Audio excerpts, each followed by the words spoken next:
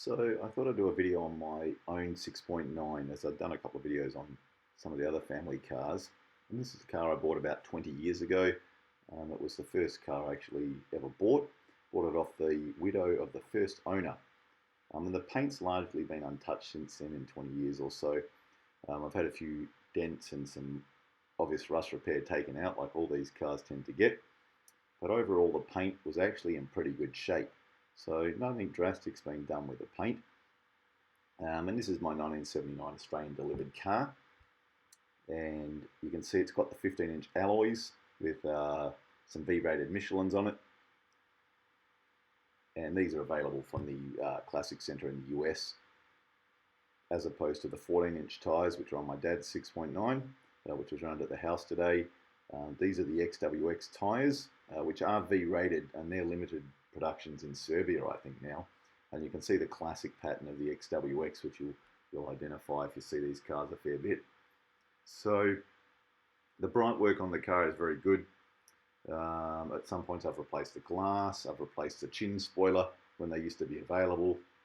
The under bumper grills are still available. Overall, all the chrome work is nice. When we did up Dad's car, this was all still available, but that was about 8 or 9 years ago. And repolishing this, people always come up with ideas and thoughts, but no one seems to be able to restore that. So good stuff is better than hoping for the best. There's the original fuel lid with the tyre pressure sticker. Rear end's looking tidy. I'm sorry about the fluorescent light shimmering on the camera. So the boot's nothing remarkable. You know, the 116 should have carpet and then a rubber mat underneath. I've got a spare. I got a 15. I originally had 4 15-inch tyres, and some family members scuffed mine, so I had it repainted. When they repainted it that colour, it was incorrect, so I've made that the spare and bought another one. Most 6.9s have long since lost their emergency suspension blocks, so I found these with a car or a wreck a few years after I bought mine. Now there's two front ones like this, and they fit in the car when it's lost power or hydro-pneumatic suspension power. There's the cable. You put them in there and it holds the car up so it can be moved or transported. Those cables, I bought them for about $20 15 years ago, and I'll swear they're $400 now. That's the two rears. There's a left and a right, whereas the fronts are symmetrical. So there's the Vine Belladon sticker. They're often deteriorated. The rear end of these cars should dampen, not bounce. A bouncy rear end is a bad sign. It means your hydraulic accumulators need replacement. There's 5 of them on the car. They are not the same as rear self-leveling cars like a 280 SEL or a 280 TE for that matter. They're different pressure.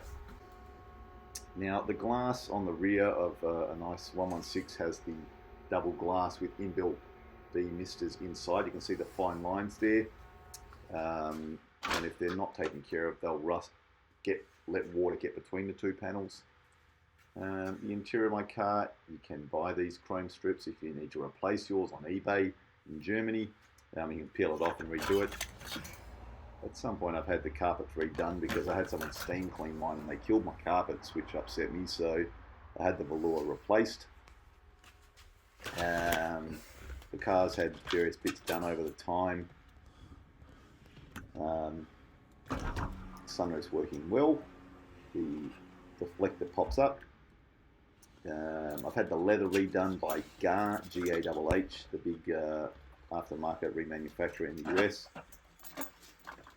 You can see the 260 km/h speedo of a 6.9.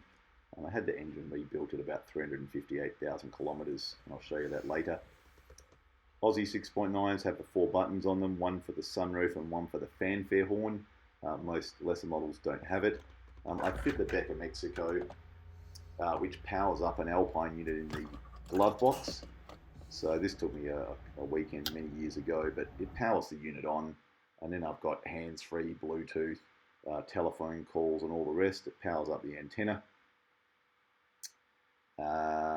And basically, sorry about the static, I'm in the bunker here, so to speak. So I've got a remote and the sender is in the radio, so you point it at the old radio and it changes the channel volume and source and the rest of it. But that was a nicer way of doing it and keeping the factory looking unit. So this has been working now for many years and I've been happy with my setup.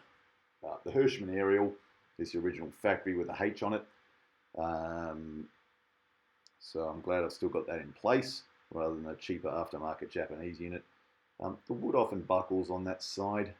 The Burl Warner obviously unique to the 6.9 as opposed to normal 116s which have the Sobrano. The patina on the gear shift is still there. I replaced my hazard triangle and the window switches. The hazard triangle often wears off, so you could still get that new. A few years ago I bought that. Like I said, the leather's been replaced with the GAR product, which is very good. I now fit this in half a dozen of the family cars. Very happy with the product. I found a essentially new steering wheel in Germany, which I fit. You can tell it's a new one. It's got the dimples in there. It's not smooth and shiny like the old ones suffer. Be careful with the steering wheels because there's a number of sizes. I got the last new right-hand drive dash I think that Mercedes had many years ago. My friend and I both purchased the last ones available, and that took us a weekend to fit. It's a much softer dash, and it's a lighter colour as well. So the rear end has also had all the leather done, and like I said, I'd done the carpet when the steam cleaner didn't do such a good job. So you can see the leather all looks lovely and tidy. My parcel shelves is in good shape. I have dark tint here in Australia. It gets very hot, so don't like things getting burnt. So I had the dark tint put on, and I've got baby seat latches in there because I take my boy around in it quite a bit. There's the original dash. You can see a couple of cracks in there. And there's the old at the top and the new at the bottom. Not a great pic, I'm sorry, but you can see the colour difference. And this is when we actually took the dash out, which was a frightening undertaking, and not for the faint-hearted. Whilst it was out, I had my centre console recarpeted and vinyl dyed because it had faded a little bit. These are the original leather seats. You can see, not horrendous, but some cracking and sagging and the rest, and that's why I had them replaced, and I'm very happy with that decision. This is the GAR product for the entire car, coming from the US. I think when I bought it, it was probably a much better exchange rate. Again, a really nice product that's been fit in a number of our cars. So, sorry, just with the light on, here's the interior again with the carpets that I've had done, and all the leather. I'm sorry, my son's dirty feet kicking the back of the seat. And this area under here, when I had the engine rebuild done, there was rust found underneath this segment when the exhaust came off, and that's a mat from a different car. Anyone that's had rust here knows you've got to lift up that insulation matting, which disintegrates when you do that. So I was lucky to get that out of another 116 wreck. And there's the rust in my original car on the right side towards the center console. This is the donor car that cut the whole floor out. And then this was welded in by our trusted panel shop before I put the insulation back on and all the ducting. Now here's my motor, which I had our 80-year-old German mechanic rebuild a couple of years ago. Code 625 means it's from Australia. It's an original car. Still got all the stickers and things on there. I found them years ago. There's the hydraulic one, which you can't get anymore. There's the HBF pump on the front of the engine. That's the Australian compliance plate, which Australian cars will have on the passenger side. The VIN number. And I even had the dealer production sticker remade.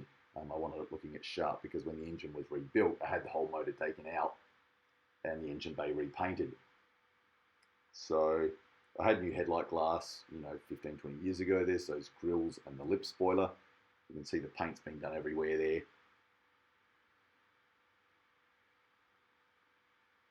Engine insulation, I just replaced that a few months ago actually because the last one sort of disintegrated after many years. The right-hand drive washer bottles are no longer available and unique to our cars. They often crack with heat. I've had a new leveling valve put in a few years ago with a new connecting rod. I managed to purchase a few of these new valves before they sort of disappeared from daily purchase. I've had a new brake reservoir put in, new coolant reservoir, the radiator was re-cored. The extractors or the manifolds were ceramic coated. Supposedly this reduces the heat in the engine bay, but they also supposedly look nicer longer. So a lot of work's been done on the car. That's the colour of the engine bay with the engine out. Before the respray, you can see it's sort of golden. And that was after it was astral silvered again, looking much better. And there was my motor at the time, which from top to bottom was redone. There's the hydraulic pump on the right.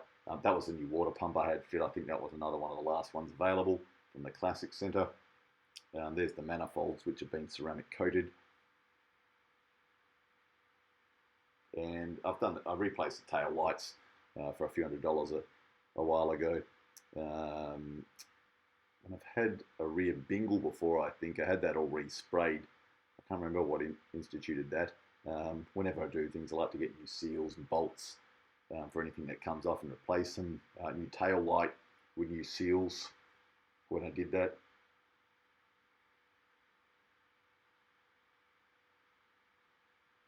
All those side trims were new.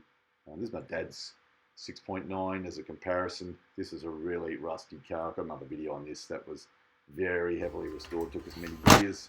It's also got gar leather in there, obviously a different colour. My elderly father drives this car a bit for day-to-day duties, so it's a bit more heavily worn. Car's still doing well. Lost its warning triangle. That's a new gear shifter, and the new ones are harder and don't have the patina. Even though it's only done about 10,000 Ks in the car. That's a new roof liner, by the way, I'm sorry. And the patina on that from gar is a little bit different to the factory stuff, which I'll show you. This also had a complete engine rebuild, and the car's driving really nicely.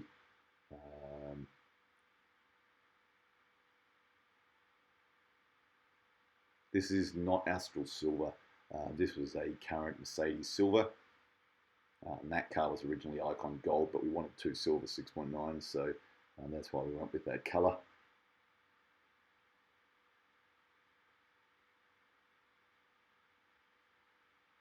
I'm sorry the light's not the greatest there. I'm just looking down through the big sunroof of a 116. The deflector is up as it should do. If the drains at the front of them get blocked, they rust out. There's the hydro lever. You can see, as well as the warning light on the right side. So sunroof's closing really nicely, everything working as should. You can see the patina of the roof is a little bit different to the gar product, to be pretty picky. That's how I like my car. So thank you.